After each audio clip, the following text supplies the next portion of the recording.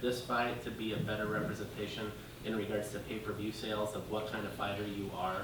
Yeah, I mean, I think as you guys can see with anybody who's putting on pay-per-views right now, it's a tough climate. It's a tough climate. That's number one. Number two, I think we could have did better the first time around if we would have had the opportunity to do better. There were some very, very big things that my team wanted to implement and do, and they literally just got shut down for no good reason. And I think, what Michael was trying to explain was this is going to benefit all of us at the end of the day. And just pride, arrogance, whatever you want to call it, they didn't let it go through. But I think because there's it's a natural tension and it's a natural beef right now, I think it's going to be much better. I can't go anywhere without people talking about the rematch. And I think it's going to be a better fight too, because I'm not going to be hard to find. I'm not going to be hard to find. And he says he's going to be better. I guess he said he's going to be training less this fight. So he's supposed to be better.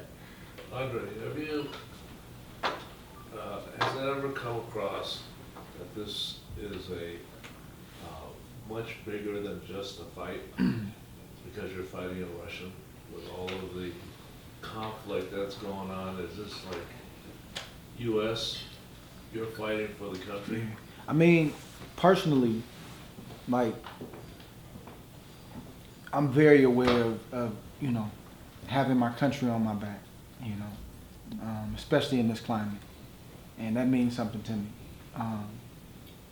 But I also feel like beyond the political piece of it, like, I feel like I'm fighting for my generation right now. And I feel like my first fight was for my generation.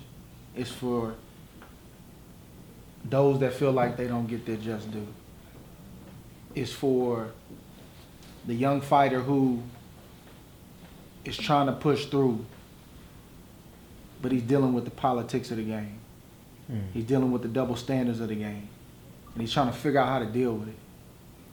So even right now, like, Sergey may be trying to sell this stuff to certain people, but the real ones, they're not buying it. And that's who I'm fighting for. Like, I don't have a problem with somebody feeling like, oh, you lost by a point or two. That's all good, man. It was swing rounds, close fight, whatever. I'm not mad about that. But all the people trying to say it was injustice and, oh, my God, you don't deserve it, we fighting against that mentality. Because it's that mentality that hinders my generation. Like, I'm managing a young fighter, co-managing a young fighter right now, and people are already asking him about his punching power or lack of punching power. I'm fighting for those guys. But then you look on this side right here, and it's like, well, why aren't you asking him that question? This is my mission. This is my lane. I didn't understand it early on. In many cases, I didn't like it. I didn't want to be in this lane, but I'm comfortable in this lane. Not in my own strength, but by the grace of God, I'm able to sit in this lane and almost be protected and insulated from all the noise because I've been here for so long. So I'm fighting for my generation right now. I'm fighting for my generation who's fighting against the narrative and the status quo that, hey man, if you're going to be successful, and if you're going to be a successful African-American fighter, entertain us, man. Act like that. Well, I think when you win, I think it's going to say something about America. But see, and I appreciate that.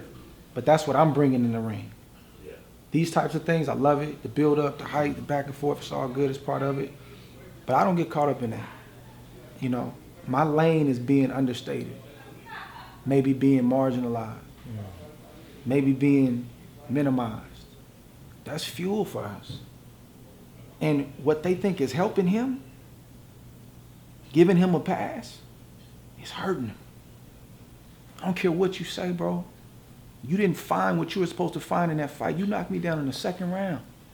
Why didn't you finish me? Now, what they think is hurting me has actually been helping me. I knew going in, I gotta figure it out.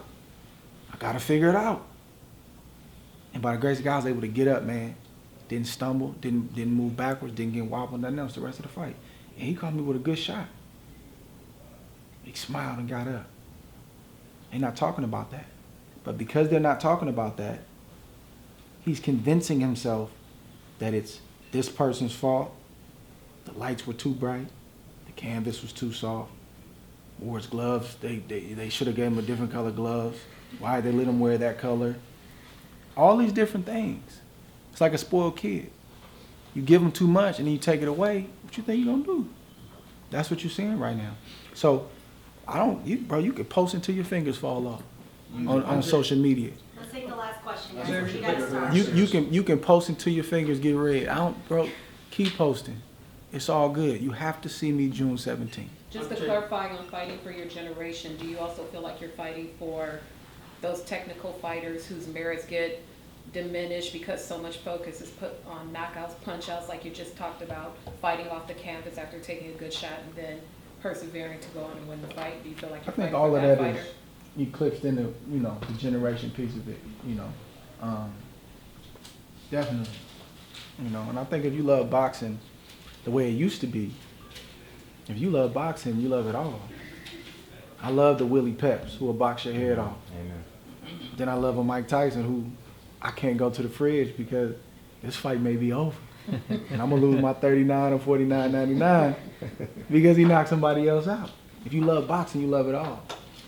So I just did a mock pound for pound list, and everybody I put in the top 5, and it's a hard thing to do because, guys, you could interchange people here. It's hard to do, but, I'm gravitated toward the overlooked, man. I'm gravitated towards those who should be there, but they may not be the popular pick.